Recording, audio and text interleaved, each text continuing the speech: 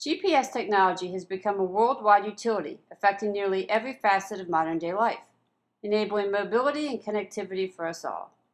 But a new ultra-fast internet network is threatening to overpower GPS signals across the U.S.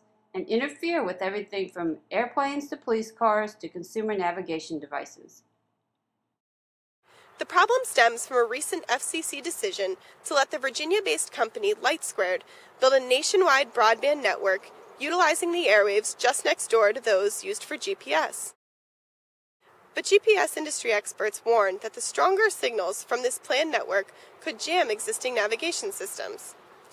On the other side, LightSquared is proposing a new business model that, if successful, will unleash the boundless opportunity of wireless broadband while increasing connectivity in America. Investors expect LightSquared will revolutionize the way Americans connect with each other and the world. Can something that seems so beneficial for the economy be harmful to our personal security and health?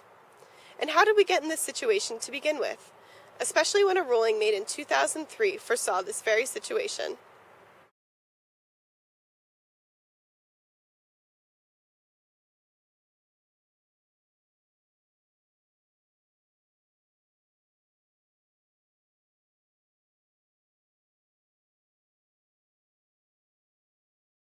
So they came in and they said, well, we want to have a much more ambitious,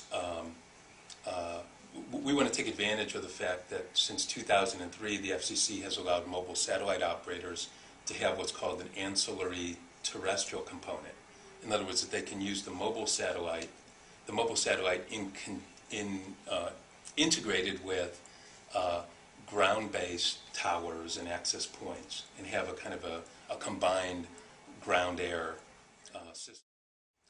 We'll invest all this other money in putting up $600 million more dollars to put up a next-generation satellite, $50 million to develop integrated handsets, and $10 to $12 billion to build out towers and base stations all across the country.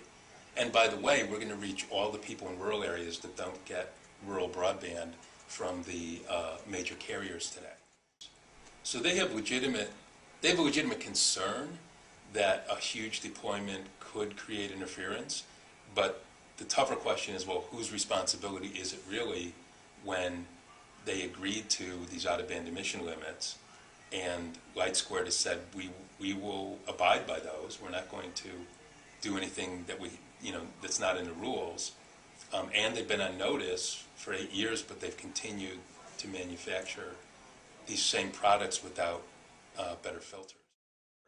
The report then goes to the commission, and one of the conditions of the waiver is that the commission needs to be satisfied, with the working group process and the resolution of the interference issues before it gives the final okay for LightSquared to begin selling commercial services.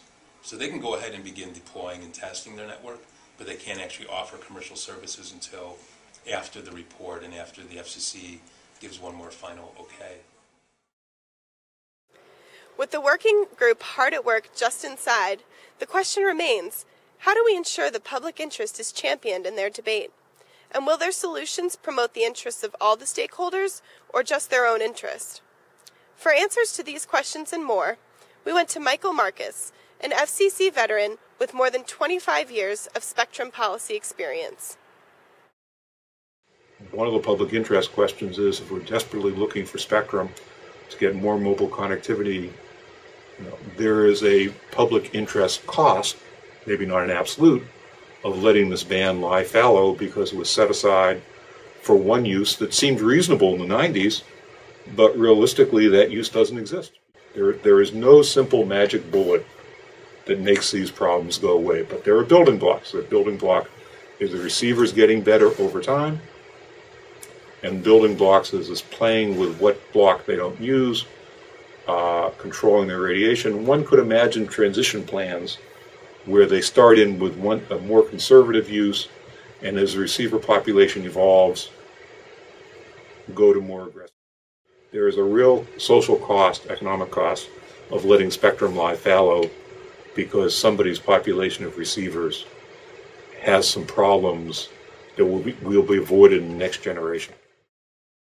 It's an interesting debate. However, as our experts point out, the bigger story may be the fact that our technology policies are not equipped to handle the current pace of innovation. Perhaps that is the real interference.